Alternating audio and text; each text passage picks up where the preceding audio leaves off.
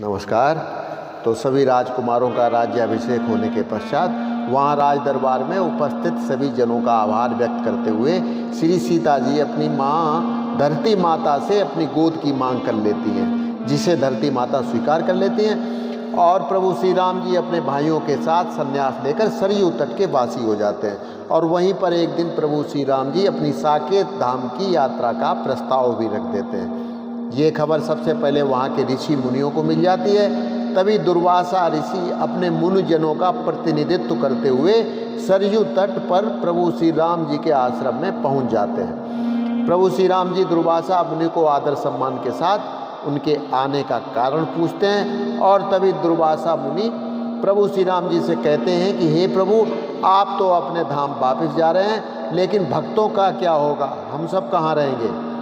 तो प्रभु श्री राम जी उनसे कहते हैं कि पूरा मृत्युलोक संसारी तुम्हारा है, आप जहाँ भी चाहें वहाँ स्वच्छंद विचरण करते हुए अपना सन्यासी जीवन बिता सकते हैं। लेकिन दुर्वासा मुनि अपने सभी मुनिजनों सहित उत्तराखंड में अपने जप तप तथा निवास की इच्छा व्यक्त कर देते हैं। और प्रभु श्री राम जी एवं मस्तु कहते हुए वे कहते हैं कि आज से आर्यवर्त का उत्तराखंड नाम का स्थान देवभूमि और तपोभूमि के नाम से जाना जाएगा और युगों युगों तक ये नाम अमर रहेगा। इसके व्यवस्था की सूचना प्रभु श्री राम जी अपने दोनों पुत्रों लव और कुश को भिजवा देते हैं।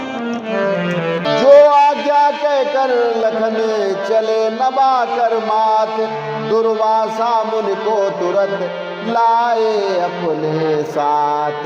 दिया बैठने को जभी प्रभु ने प्रिय अनुरोध, तप्त तपस्वी हृदय का उड़ा धूम्र सा क्रोध। बोले ऋषि अपराध को क्षमिए दया निदान, क्रोध रूप बैताल ने नष्ट कर दिया ज्ञान।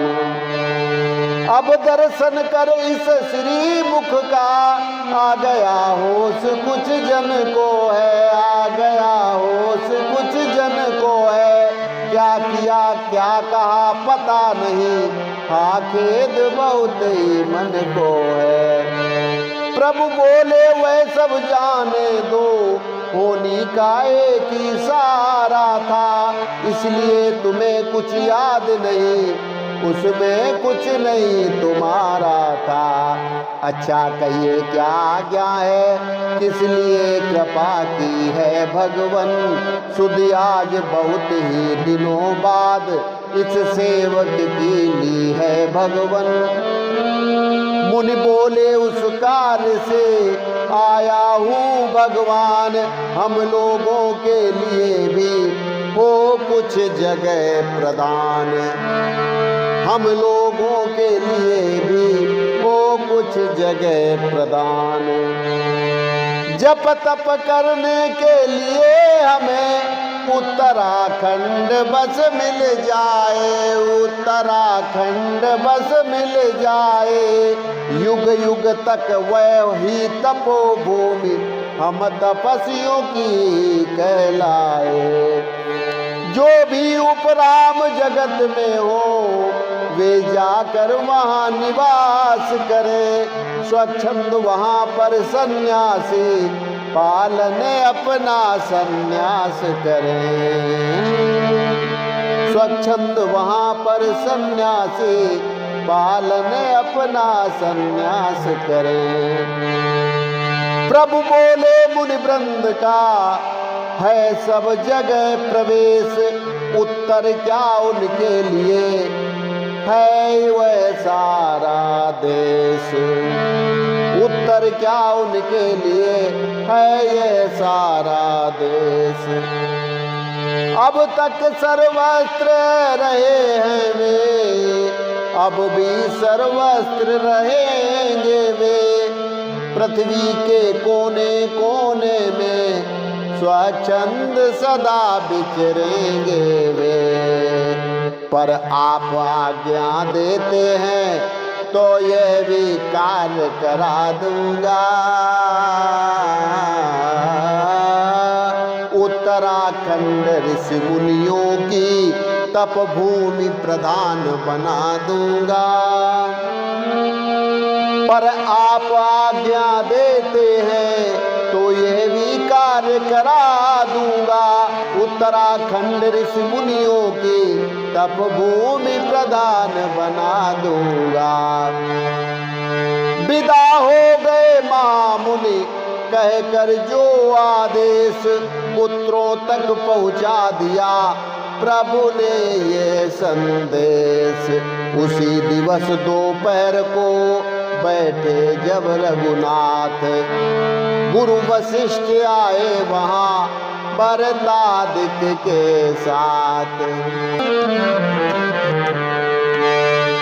आते ही श्री गुरुवरे बोले हे राम छुपी अब कहता हूँ, हे राम छुपी अब कहता हूँ। बरसों से बंद कर बंधन में किस लिए अवध में रहता हूँ। संपूर्ण सुजन ये कहते हैं उपरोहित कारण अच्छा है, फिर भी मैंने ब्रह्मा जी की अब तक पाली यह आज्ञा है। कारण क्या था कह दूं जिससे मैंने ये भार उठाया था। रामावतार का लाभ मुझे चतुरानन ने बतलाया था। बस इसी लाभ के हेतु रहा उपरोहित ही कहला कर मैं। इस श्याम मूर्ति की प्रेम अग्नि छाती में दबा दबा कर मैं। अब आज योग से देखा है साकेत धाम तुम जाते हो। अपने इस वृद्ध पुरोहित को बोलो क्या दान दिलाते हो। बस यही चाहता हूँ तुमसे ये हृदय तुम्हारा धाम रहे। हो जाए राम में रोम रोम, इस रोम रोम में राम रहे। हो जाए राम में रोम रोम, इस रोम रोम में राम रहे। तो आज के लिए इतना ही, कल फिर मिलते हैं। नमस्कार, जय श्री राम।